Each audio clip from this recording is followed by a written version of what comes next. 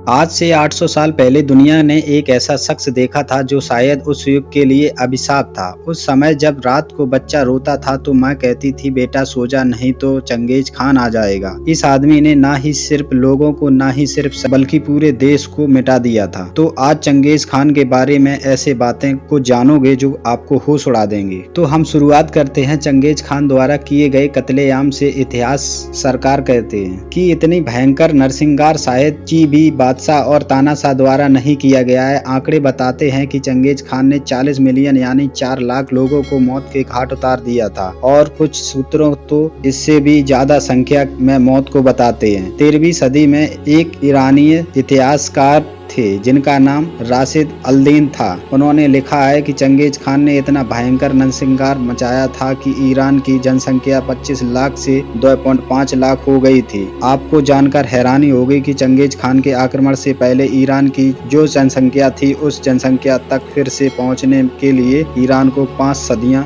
लग गई थी। चंगेज खान की बेटी की शादी तोकुचार नाम से एक शख्स से हुई थी जो चंगेज खान के बेहद करीब था। ईरान के निसापुर के पास तीरंदाज ने उसकी हत्या कर दी थी। उसका बदला लेने के लिए चंगेज खान ने निसापुर की संपूर्ण जनसंख्या को पूर्ण खत्म कर दिया था। इंसानों की तो बात ही छोड़ दीजिए, उनसे निसापुर में एक भी जीवन बचने नहीं दिया। वहाँ के कुत्ते बिल्लियों को भी खत्म कर दिया। उसने एक पिरामिड पर लोगों के खोपड़ी का ढेर लगा दिया था ताकि भविष्य में कोई भी चंगेज खान के परिवार पर आक्रमण करने का सोच भी ना सके। चंगेज खान के किए गए कत्लेआम के कारण वातावरण से करीब 700 मिलियन टन कार्बन डाइऑक्साइड का सफाया हो गया था। उन्होंने हजारों गांव, शहर और कस्बों को तबाह कर दिया था। मतलब जहां पहले बस्तियां होती थी, लोग रहते थे, वहीं अब भारी मात्रा में जंगल और वनस्पतियां पैदा हो गई थी। इस तरह चंगेज खान ने नरसंहार ने अनजाने में ही उसको एक बहुत बड़ा